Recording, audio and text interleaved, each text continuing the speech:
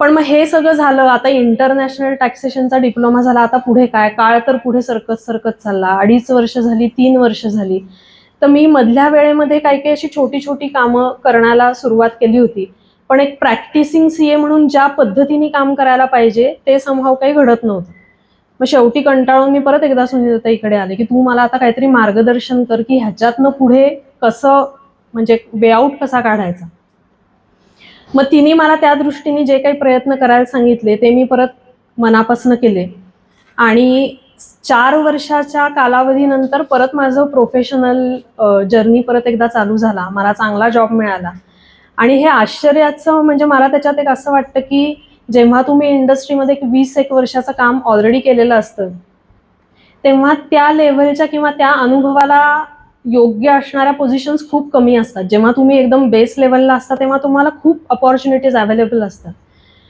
तर त्या 4 वर्षानंतर परत एकदा हे करिअर चालू होणं हे म्हणजे परत एकदा आशीर्वाद. सांगून पॅकेज आहे. सांगून पॅकेज. आणि त्याच्या आधी म्हणजे साधारण एक 8-9 वर्षांपासून ती मला असं म्हणत होती, की ज्या वास्तूमध्ये आता तू राहते तिथे मला तुझं वास्तव्य दिसत नाही. आणि मला असं आश्चर्य वाटायचं, की म्हणजे असं काय कारण आहे, घर तर सगळं चांगलं आहे, म्हणजे असं का व्हावं.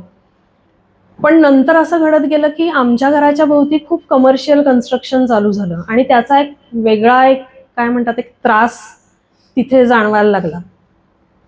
तर त्याच्यानंतर परत तिने अगदी मनापासनं माझ्याबरोबर सगळी घरं शोधणं, प्रत्येक वास्तूमध्ये येणं, त्याच्यामध्ये तिचं काय मत आहे ते सांगणं, हे अगदी मनापासून केलं. जशी ती म्हणते तसं अगदी सख्या बहिणीसारखं. तरी मिळेना. आणि दुसरं असं आहे, की घरांच्या किमती आता इतक्या आहेत, की एका लिमिटच्या बाहेर खरोखरी तुम्ही काही करू नाही शकत. तर तेव्हा तिने मला एक आकडा सांगितला, की तुला तुझं जे घर आहे ते ह्या बजेटमध्ये मिळेल. सांगून आणि खरोखरीच ते घर तसंच मिळालं. आणि आज मला त्या घरामध्ये इतकं छान वाटतं. म्हणजे मी असंच मानते, की ते घर माझं नाही, ते स्वामींचं आहे. आणि तिथे मला खरंच एकदम म्हणजे असा आनंद आणि शांतता अशी अनुभवायला येते. तर मला असं वाटलं, की हे 2 अनुभव मी तुमच्याबरोबर शेअर करावेत.